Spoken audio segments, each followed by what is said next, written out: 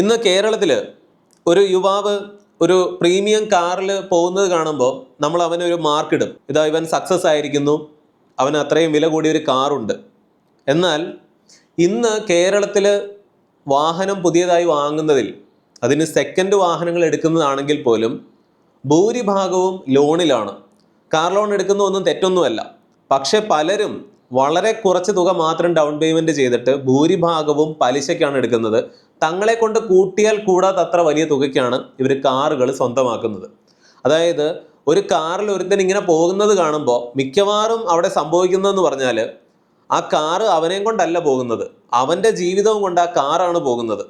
കാരണം എൻ്റെ തന്നെ ഒരു സുഹൃത്തിൻ്റെ അനുഭവം പറഞ്ഞു കഴിഞ്ഞാൽ, അത്യാവശ്യം ഒരു ബിസിനസ്സൊക്കെ ചെയ്ത് നല്ലൊരു ഏണിങ്സ്, മാസം ഒരു 70,000-80,000 രൂപയൊക്കെ വരുമാനം ഉണ്ടായിരുന്നയാൾ ഒരു 35 ലക്ഷം രൂപ വില വരുന്ന ഒരു പ്രീമിയം കാർ വാങ്ങി. അതൊന്നും ഒരു പ്രീമിയം കാർ അല്ല ഇന്ന്. പക്ഷേ ലൈഫ് സ്റ്റൈലിൽ വന്ന മാറ്റം എന്താണെന്ന് പറഞ്ഞാൽ, പണ്ട് ഒരുപാട് യാത്രകൾ പഴയ കാറിൽ പോകുമായിരുന്നു, പല വിധത്തിലുള്ള എൻ്റർടൈൻമെൻറ്റിനും ഒക്കെ മിക്ക സമയത്തും പുറത്തു പോകുമായിരുന്നു. അങ്ങനെ പല കാര്യങ്ങളും ഉണ്ടായിരുന്നു. ലൈഫ് നല്ല കളർഫുൾ ആയിട്ടാണ് പോയിക്കൊണ്ടിരുന്നതെങ്കിൽ ഇന്ന് ഈ കാറിൻ്റെ ലോൺ അടയ്ക്കണം എന്നുള്ളത് കൊണ്ട് തന്നെ, ഈ കാർ ലോൺ ഇങ്ങനെ കിടക്കുന്നതുകൊണ്ട് തന്നെ വളരെ സൂക്ഷിച്ചാണ് പണം ചെലവഴിക്കുന്നത്. ഒരു സിനിമയ്ക്ക് പോലും പോകാറില്ല, ഒരു യാത്രയ്ക്കും പോകാറില്ല. അതായത് പഴയ വാഹനം നല്ലതുപോലെ ഉപയോഗിക്കാറുണ്ടായിരുന്നുവെങ്കിൽ ഈ വാഹനം പുറത്തിറക്കുന്നത് തന്നെ അപൂർവമാണ്. ഒരു ട്രിപ്പ് പോയാൽ ഫുഡിൻ്റെയും അല്ലെങ്കിൽ ഹോട്ടലിൽ താമസിക്കുമ്പോൾ ഉള്ള റെൻറ്റിൻ്റെയും ഒക്കെ കാശ് കൊടുത്താൽ ആകെ കാര്യങ്ങൾ താളം തെറ്റും. അതുകൊണ്ട് അത്യാവശ്യ കാര്യങ്ങൾക്കൊക്കെ മാത്രം ഈ കാർ ഉപയോഗിക്കുന്നു.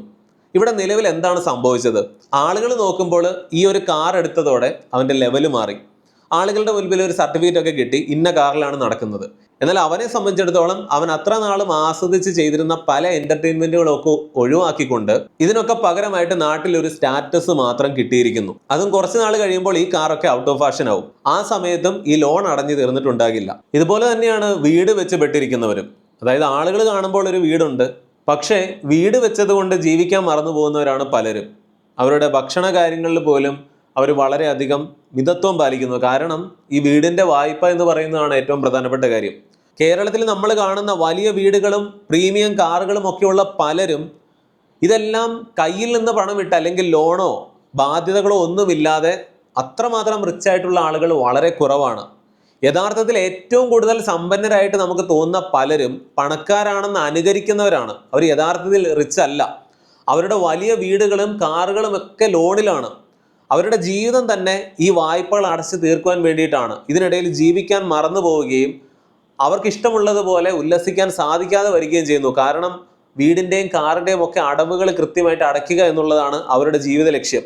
കാറും വീടും ഒക്കെ അത്യാവശ്യമുള്ള കാര്യങ്ങൾ തന്നെയാണ്. പക്ഷെ നമ്മൾ മനസ്സിലാക്കേണ്ടത്, കാറാണെങ്കിലും വീടാണെങ്കിലും ഡിപ്രീഷിയേറ്റിംഗ് അസറ്റ് ആണ്. നമുക്ക് ഭാവിയിലേക്ക് ജീവിക്കാൻ വേണ്ട പൈസ നല്ല രീതിയിൽ വളർത്തണമെങ്കിൽ അത് അപ്രീഷിയേറ്റിംഗ് അസറ്റുകളിൽ ഇൻവെസ്റ്റ് ചെയ്യണം. അതായത് ഭാവിയിൽ പണം വളരാൻ സാധ്യതയുള്ള ഇടങ്ങളിൽ.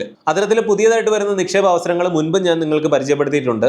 ഇപ്പോൾ അത്തരത്തിൽ ഇന്ത്യയിലെ തന്നെ ഏറ്റവും കൂടുതൽ ഡിവിഡൻഡ്, അതായത് ലാഭവിഹിതം നൽകുന്ന ഏറ്റവും സ്റ്റേബിൾ ആയിട്ടുള്ള 100 കമ്പനികളിൽ ഇൻവെസ്റ്റ് ചെയ്ത് പണം വളർത്താനുള്ള ഒരു അവസരം വന്നതുകൂടി അറിയിക്കുകയാണ്. ആക്സിസ് മാക്സ് ലൈഫിന്റെ BSE dividend stability index fund എന്ന NFO ഇപ്പോൾ ലോഞ്ച് ആയിട്ടുണ്ട്. ഇവിടെ ഈ കമ്പനികൾ വളരുമ്പോൾ ലാഭവിഹിതം കിട്ടുമെന്ന് മാത്രമല്ല, അത് വീണ്ടും വളരുന്ന രീതിയിൽ റീഇൻവെസ്റ്റ് ചെയ്യുകയും ചെയ്യും. ഇതെല്ലാം അവരുടെ ഫണ്ട് മാനേജർ ചെയ്യുന്നത് കൊണ്ട് നമുക്ക് പണിയില്ല. ഇതേക്കുറിച്ച് നിങ്ങൾക്ക് കൂടുതൽ അറിയാൻ ആഗ്രഹമുണ്ടെങ്കിൽ ഡിസ്ക്രിപ്ഷനിലും പിൻഡ് കമന്റിലും കൊടുത്തിട്ടുള്ള ലിങ്കിൽ പോയാൽ മതി. ഇനി പൈസ പോകുമെന്ന് പേടിയുള്ളവർക്ക് ക്യാപിറ്റൽ ഗ്യാരണ്ടീഡ് ഓപ്ഷൻ തിരഞ്ഞെടുത്താലും മതി. പിന്നെ ഇൻവെസ്റ്റ് ചെയ്ത പൈസ 1 രൂപ പോലും പോകില്ല. ഈ NFO ഇൻഡെക്സിന്റെ റിട്ടേൺ നോക്കിയാൽ കഴിഞ്ഞ 5-7 വർഷങ്ങളിൽ 23%, 19.4% ശരാശരി റിട്ടേൺസ് ഓരോ വർഷവും നൽകിയിട്ടുണ്ട്. കൂടാതെ നമ്മൾ അടയ്ക്കുന്ന പ്രതിമാസ പ്രീമിയത്തിന്റെ 120 മടങ്ങ് വരുന്ന ലൈഫ് കവർ ലഭിക്കുന്നുണ്ട്. ഇനി വർഷം തോറും 2.5 ലക്ഷം വരെ നിക്ഷേപിച്ചാലും ലഭിക്കുന്ന ലാഭത്തിന് നികുതി ഉണ്ടാകില്ല.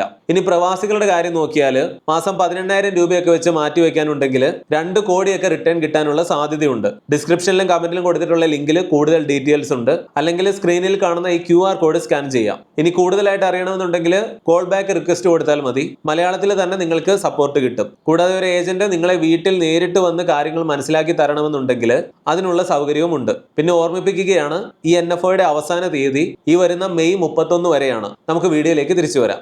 ഒരു വാഹനം എന്ന് പറഞ്ഞാൽ നമുക്ക് സഞ്ചരിക്കാനാണ്. ഒരു വീടെന്ന് പറഞ്ഞാൽ നമുക്ക് സമാധാനമായിട്ട് ഭക്ഷണം കഴിച്ച് കിടന്നുറങ്ങി വിശ്രമിക്കാനും ജീവിക്കാനും ഉള്ളതാണെങ്കിൽ ഇന്ന് വീടിന് വേണ്ടിയാണ് നമ്മൾ പണിയെടുക്കുന്നത്. ഒരു കാർ എന്ന് പറഞ്ഞാൽ യാത്ര ചെയ്യുന്നതിലുപരി യഥാർത്ഥത്തിൽ നമ്മൾ ആ വാഹനത്തെ മനസ്സിൽ ചുമക്കുന്നത് പോലെയാണ് ഇന്ന് അനുഭവപ്പെടുക. കാരണം ആളുകളുടെ മുൻപിൽ സോഷ്യൽ സ്റ്റാറ്റസ് കാണിക്കാൻ വേണ്ടിയിട്ടാണ് ആളുകൾ ഇതൊക്കെ സ്വന്തമാക്കുന്നത്. കേരളത്തിൽ ഇന്ന് ഡിവോഴ്സ് റേറ്റ് 350% കഴിഞ്ഞിരിക്കുകയാണ്.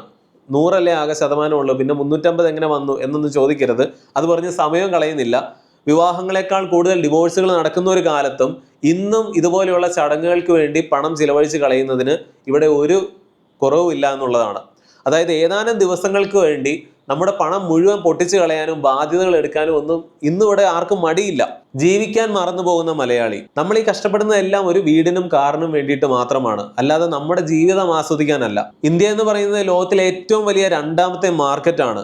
ഏകദേശം 145 കോടിയിലധികം ആളുകൾ, ഏകദേശം 150 കോടി ആകാറായിരിക്കുന്നു. ഏറ്റവും അധികം ജനസംഖ്യയുള്ള രാജ്യമാണ് ഇന്ത്യ. ഇത്രയും വലിയൊരു മാർക്കറ്റിൽ എത്രമാത്രം സാധ്യതകളുണ്ട്. എന്നിട്ടും കേരളമാണ് ഏറ്റവും വലിയൊരു കൺസ്യൂമർ സ്റ്റേറ്റ് പോലെ നിൽക്കുന്നത്. നമുക്കൊന്നും ഉൽപ്പാദിപ്പിക്കാനോ ഒന്നുമില്ല. തമിഴ്നാടൊക്കെ എങ്ങനെയാണ് ഏറ്റവും കൂടുതൽ GDP ഉണ്ടാവുന്ന സംസ്ഥാനമാകാൻ ഒരുങ്ങിക്കൊണ്ടിരിക്കുന്നത്. മഹാരാഷ്ട്രയൊക്കെ വൈകാതെ 2ാം സ്ഥാനത്തേക്ക് മാറും. ഇത്രയും അവസരങ്ങൾ നമ്മുടെ കയ്യിൽ ഉണ്ടായിട്ടും, ഇത്രയും വലിയ മാർക്കറ്റ് ഇവിടെ ഉണ്ടായിട്ടും മലയാളികൾക്ക് ഇഷ്ടം എന്തെങ്കിലുമൊക്കെ സംരംഭങ്ങൾ തുടങ്ങി ഉൽപാദക സംസ്ഥാനമാകാനല്ല, ഇന്നും വല്ല നാട്ടിലും പോയി പണിയെടുക്കാൻ വേണ്ടി മാത്രമാണ്. ഗൾഫ് പണം നമുക്ക് തന്നത് വലിയൊരു അവസരമാണ്. നമ്മുടെ പട്ടിണി മാറി, മണ്ണിട്ട വീടുകൾ, ഓടിട്ട വീടുകളും പിന്നീട് വാർക്ക വീടുകളുമായി മാറി, സൈക്കിളുകൾ, ബൈക്കുകളും പിന്നീട് കാറുകളുമായിട്ട് മാറി, കേരളം അടിമുടി മാറി. എന്നാൽ ആ പണം മുഴുവൻ നമ്മൾ ദൂർത്തടിച്ച് കളഞ്ഞതുപോലെയാണ്. അതായത് ബൈബിളിൽ ഒരു കഥയുണ്ട്. ഒരു പിതാവ് 3 മക്കൾക്ക് ഇത്ര സ്വർണം കൊടുക്കുന്നു തുല്യമായിട്ട്.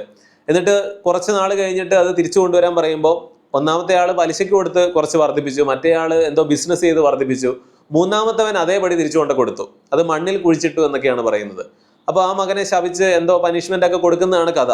ഈ പറയുന്നത് പോലെയാണ് കേരളത്തിന്റെ കാര്യം. ഇത്രയും ഗൾഫ് പണം നമ്മുടെ നാട്ടിലേക്ക് വന്നിട്ടും അത് വിനിയോഗിക്കാതെ ഗൾഫ് പണം നിന്ന് കഴിഞ്ഞാൽ പഴയ പട്ടിണിയിലേക്കും ദാരിദ്ര്യത്തിലേക്കും പോകാനുള്ള അവസ്ഥയിലാണ് കേരളം ഇന്ന് നിൽക്കുന്നത് എന്ന് മാത്രം മനസ്സിലാക്കുക. കേരളത്തിൽ 10 വർഷങ്ങൾക്ക് ശേഷം വീണ്ടും കോൺഗ്രസ് ഭരിക്കാൻ പോവുകയാണ്. ഇവിടെ നമ്മൾ മനസ്സിലാക്കേണ്ട ഒരു കാര്യം എന്ന് പറഞ്ഞാൽ, നിലവിൽ കേരളത്തിന്റെ കടം ഏകദേശം 5 ലക്ഷം കോടിയിലധികമായിട്ടുണ്ട്. എന്തുകൊണ്ടാണ് നമ്മുടെ കേരളത്തിന് ഇത്രയും കടം വന്നത് എന്നൊന്ന് ചിന്തിക്കണം. നമ്മൾ മലയാളികളുടെ നേർ പ്രതിഫലനമാണ് കേരളത്തിന്റെ കാര്യത്തിലും കാണുന്നത്. മലയാളികൾ ആർഭാടം ദൂർത്ത് നിർത്തേണ്ട സമയമായി എന്നുള്ളതാണ്. നമ്മൾ കാണിക്കുന്നത് എല്ലാം ഷോ ഓഫ് ആണ്. വീട് വെക്കുന്നതും കാറ് വാങ്ങുന്നതും കല്യാണം നടത്തുന്നതും ഒക്കെ നാട്ടുകാരെ കാണിക്കാൻ വേണ്ടിയിട്ടാണ്. അതിൽ ലൈഫ് ഉണ്ടാകില്ല. നമ്മുടെ ജീവിതം മുഴുവൻ, നമ്മൾ ഉണ്ടാക്കിയ പണം മുഴുവൻ ഒരിക്കലും തിരിച്ചു കിട്ടാത്ത രീതിയിലുള്ള, അല്ലെങ്കിൽ ഡെഡ് ഇൻവെസ്റ്റ്മെന്റ് എന്ന് പറയാവുന്ന രീതിയിൽ നോൺ പ്രൊഡക്റ്റീവ് ആയിട്ടുള്ള കാര്യങ്ങളിലാണ് നമ്മൾ മുടക്കുന്നത്. ന്യൂസിലൻഡ് എന്ന് പറയുന്ന രാജ്യത്തെക്കാളും, അല്ലെങ്കിൽ പാകിസ്ഥാൻ എന്ന് പറയുന്ന രാജ്യത്തെക്കാളും GDP ഉണ്ട് നമ്മുടെ അയൽ സംസ്ഥാനമായ തമിഴ്നാടിന്. ഇത്രയും വലിയൊരു സമ്പദ് വ്യവസ്ഥയുടെ മുഖ്യമന്ത്രിയായിട്ടാണ് ഇപ്പോൾ വിജയ് മാറിയിരിക്കുന്നത് എന്നുള്ളതും ഇവിടെ ഒന്ന് ഓർക്കാം. ഇന്ത്യയിൽ ഏറ്റവും കൂടുതൽ NRI റെമിറ്റൻസ് വന്നിട്ടുള്ള സ്റ്റേറ്റ് എന്ന് പറഞ്ഞാൽ കേരളമാണ്. നിലവിൽ 2ാം സ്ഥാനത്തായി, മഹാരാഷ്ട്ര 1ാമതാണ്. അതുകൊണ്ട് തന്നെ നമ്മുടെ കേരളത്തിന്റെ GDP എന്ന് പറയുന്നത് വളരെ ഉയർന്നതുമാണ്. ഇന്ത്യയിൽ 13ാം സ്ഥാനമുണ്ട് ഇപ്പോഴും കേരളത്തിന്. ആകെ ഇവിടെ ഒരു 3.5 കോടി പോപ്പുലേഷനേ ഉള്ളൂ എന്ന് ഓർക്കണം. മലയാളികൾ ചിന്തിക്കുന്നത് പോലെയല്ല, കേരളം സമ്പന്നമായ ഒരു സ്റ്റേറ്റ് തന്നെയാണ്. എന്നിട്ടും നമുക്ക് എന്തുകൊണ്ട് ഇത്രയും കടം വന്നിരിക്കുന്നു? നമ്മൾ കടക്കണിയിലേക്ക് പോകുന്നത് എന്തുകൊണ്ടാണ്? കേരളത്തിന് നല്ല 8ന്റെ പണി തുടങ്ങാൻ പോവുകയാണ്. അതിന്റെ ലക്ഷണങ്ങളൊക്കെ കണ്ടു തുടങ്ങി. അതിന്റെ കാരണം എന്താണ്? രാഷ്ട്രീയക്കാരെയും ഉദ്യോഗസ്ഥരെയും ഒക്കെ കുറ്റം പറയുന്നതിന് മുൻപ് നമ്മൾ ഓരോ മലയാളികളുടെയും കയ്യിലിരിപ്പും കൂടെയാണ്. നമുക്ക് ബുദ്ധിയില്ലാഞ്ഞിട്ടാണ് എന്ന് പറയാം. കാരണം ഒരു 30, 40, 45 വർഷത്തോളം ഗൾഫിൽ നിന്നും നല്ല രീതിയിലുള്ള വിദേശ നാണ്യം അല്ലെങ്കിൽ NRI റെമിറ്റൻസ് ഇങ്ങോട്ട് വന്നു. അതുകൊണ്ടാണ് ഇന്ത്യയിലെ ഏറ്റവും മികച്ച സംസ്ഥാനമായിട്ട് കേരളം കിടക്കുന്നത്. കേരളത്തിൽ ഉടനീളം സഞ്ചരിച്ചാൽ റോഡിന്റെ അപ്പുറയും ഇപ്പുറയും ഏത് വീടാണോ ഒന്നിനൊന്ന് മികച്ചത് എന്ന് നമുക്ക് സംശയം തോന്നുന്ന രീതിയിൽ വലിയ മാളികളൊക്കെ കിടക്കുന്നു. എല്ലാ വീടുകളിലും ഒക്കെ തന്നെ പ്രീമിയം കാറുകളും ഒക്കെ ഇന്ന് സാധാരണമാണ്. അല്ലെങ്കിൽ കാർ ഇല്ലാത്ത വീടുകൾ പോലും ഇല്ല. പണ്ടൊക്കെ 2 വീലർ എന്നൊക്കെ പറയുന്ന പോലെ മാത്രമേ ഇന്ന് കാറുകളുള്ളൂ. നേരെ മറിച്ച് ഇത്രയും വലിയ സമ്പദ് വ്യവസ്ഥയെ തമിഴ്നാട്ടിലേക്ക് പോയാൽ ഒരു ശരാശരി മലയാളിയുടെ 10 ഇരട്ടി ആസ്തിയുള്ള ഒരു തമിഴൻ പോലും ഒരു സാധാരണ വീട്ടിലാണ് താമസിക്കുന്നത് എന്ന് കാണാം. പക്ഷെ കേരളത്തിൽ ഇത്രയും നല്ല വീടുകളും കാറുകളും ഒക്കെ ഉണ്ടായിട്ടും നമ്മുടെ കേരളത്തിന്റെ നിലവിലത്തെ അവസ്ഥ എന്താണ്? 10 ലക്ഷം വീടുകളാണ്. അതിൽ പലതും മണിമാളികകളാണ്. ആളില്ലാതെ പ്രേതഭവനങ്ങളായി കാട് കയറി കിടക്കുന്നത്. സംശയമുള്ളവർ ചെക്ക് ചെയ്തിട്ട് ഒന്ന് തിരിച്ചു വരിക, എന്നിട്ട് കമന്റിൽ എഴുതിയിട്ട് കൊള്ളുക. എന്തുകൊണ്ടാണ് ഇത്രയും നല്ല 10 ലക്ഷത്തോളം വീടുകൾ കാലിയായി കിടക്കുന്നത്? കാരണം നമ്മുടെ പുതിയ തലമുറയ്ക്ക് ഇവിടെ ജോലി കിട്ടുന്നില്ല. പ്രായം ചെന്ന അപ്പനും അമ്മയും അവരുടെ കാലം കൂടെ കഴിഞ്ഞാൽ ഈ വീടുകൾ ഇങ്ങനെ കാട് കയറി കിടക്കുകയാണ്. ഈ വീടുകൾ വെറുതെ വന്നതല്ല. പലരും, പ്രവാസികൾ അടങ്ങുന്ന സമൂഹം ഒരു ജീവിതകാലം മുഴുവൻ ചോര വിയർപ്പാക്കി ഉണ്ടാക്കിയ പണം കൊണ്ട് നിർമ്മിച്ചെടുത്തതാണ് ഇങ്ങനെ ഉപേക്ഷിക്കപ്പെട്ട് കിടക്കുന്ന വീടുകളും കേരളത്തിൽ നമ്മൾ ഉടനീളം കാണുന്ന വീടുകളും കാറുകളും ഒക്കെ. എന്നിട്ടും ഇവിടെ എന്തുകൊണ്ട് പുതിയ തലമുറ നിൽക്കുന്നില്ല? കാരണം ഇവിടെ ജോലി അവസരങ്ങളില്ല. നേരെ മറിച്ച് ഈ ഷോ ഓഫ് ഒന്നും കാണിക്കാത്ത തമിഴ്നാട്ടിലേക്ക് പോവുക. അവിടെ വൃത്തി കുറവാണ്, വ്യക്തി ശുചിത്വം പോലും കുറവാണ്, ഒക്കെ ശരിയാണ്, മാറി വരുന്നുണ്ട്. എന്നാൽ അവിടെയുള്ള പുതിയ പിള്ളേർക്ക് ആ നാട് വിട്ടു പോകേണ്ട കാര്യമില്ല. ഒരൊറ്റ തമിഴ്നാട്ടുകാരൻ ഇപ്പോൾ കേരളത്തിലേക്ക് പണിക്ക് വരുന്നുണ്ടോ എന്നൊന്ന് അന്വേഷിക്കുക.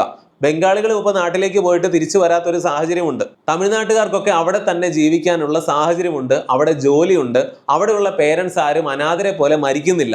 എന്നാൽ കേരളം ഏറ്റവും മികച്ച ഇന്ത്യയിലെ സംസ്ഥാനം, ഏറ്റവും ഉയർന്ന ജീവിത നിലവാരത്തിൽ ആളുകൾ ജീവിക്കുന്ന സംസ്ഥാനം, ഇങ്ങനെ ഒരു പ്രേതഭവനമായിട്ട് വൃദ്ധരുടെ നാടായി മാറിക്കൊണ്ടിരിക്കുന്നു.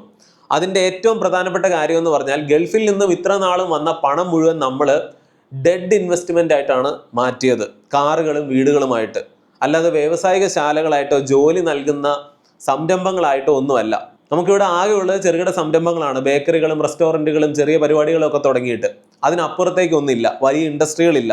കേരളത്തിന് അതിന് പറ്റിയ സാഹചര്യങ്ങളില്ല എന്ന് പറഞ്ഞാൽ നമുക്കുള്ള സാഹചര്യങ്ങൾ വെച്ച് പോലും അതിൻ്റെ 100-1 സാധ്യതകൾ ഇവിടെ ഉപയോഗപ്പെടുത്തിയിട്ടില്ല.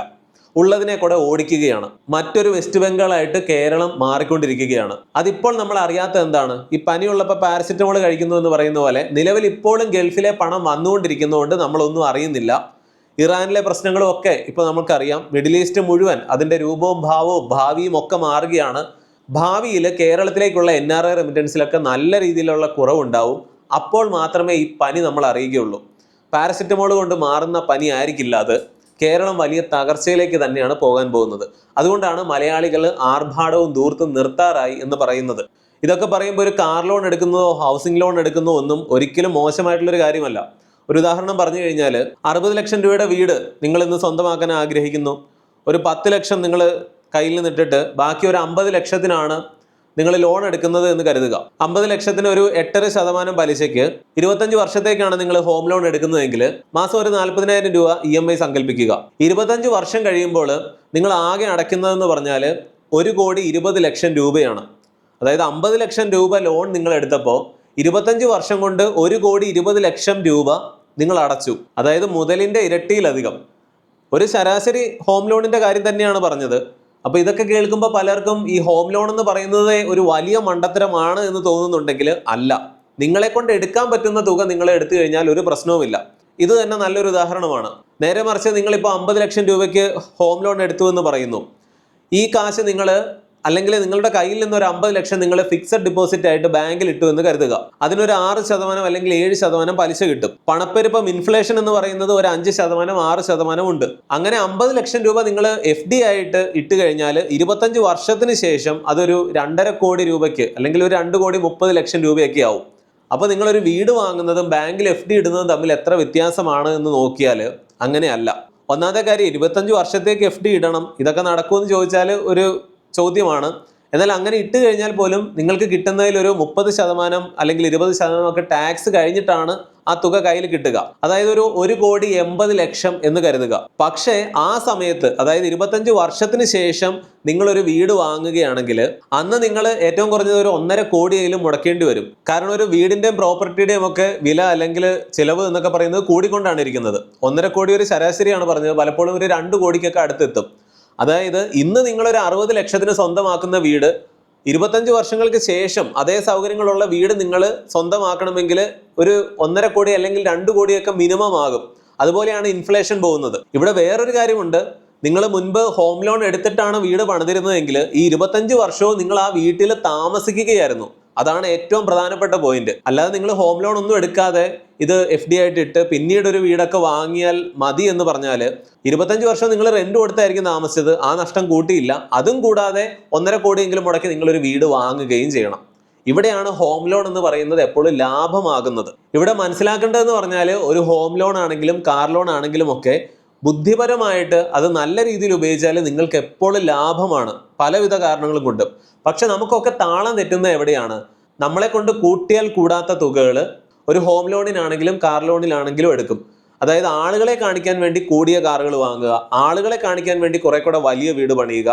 ഈ പ്രവണതയാണ് മലയാളികളുടെ ശാപം എന്ന് പറയുന്നത്. ജീവിക്കാൻ നമ്മൾ മറന്നു പോകുന്നു, ജീവിതം ആസ്വദിക്കാൻ പറ്റാതെ വരുന്നു, നമുക്ക് ആകെ ഉള്ളത് എന്താണ്? ഒരു വീട്, ഒരു കാറ്. ഇന്ന് നമ്മൾ സംസാരിച്ച കാര്യങ്ങളെല്ലാം കണക്ട് ചെയ്ത് നോക്കിയാൽ മനസ്സിലാവുന്ന ഒരു കാര്യമുണ്ട്. വരുമാനം കൊണ്ട് മാത്രം ഫ്യൂച്ചർ സെക്യൂർ ആകുന്നില്ല. അതിനുള്ള വഴി ലോങ് ടൈമിലേക്ക് നിങ്ങളുടെ പണം വളരാൻ സാധ്യതയുള്ള സ്ഥലങ്ങളിൽ ഇൻവെസ്റ്റ് ചെയ്യുക എന്നുള്ളതാണ്. അത്തരം അവസരം നോക്കുന്ന ആളുകൾക്ക് ഞാൻ നേരത്തെ പറഞ്ഞ NFO പരിഗണിക്കാവുന്നതാണ്. ലിങ്ക് ഡിസ്ക്രിപ്ഷനിലും കമന്റിലും ഉണ്ട്. അല്ലെങ്കിൽ നിങ്ങൾക്ക് ഈ QR കോഡ് സ്കാൻ ചെയ്താലും മതി. മെയ് 31 വരെയേ നിങ്ങൾക്ക് ഈ NFOയിൽ ഇൻവെസ്റ്റ് ചെയ്യാൻ സാധിക്കുകയുള്ളൂ. ഇന്നത്തെ വീഡിയോയെ കുറിച്ച് നിങ്ങൾക്കുള്ള എല്ലാ അഭിപ്രായങ്ങളും, നിങ്ങൾക്ക് പറയാനുള്ളതെല്ലാം കമന്റ് ബോക്സിൽ എഴുതുക. മറ്റൊരു വീഡിയോയിൽ വീണ്ടും വരാം. നന്ദി, നമസ്കാരം.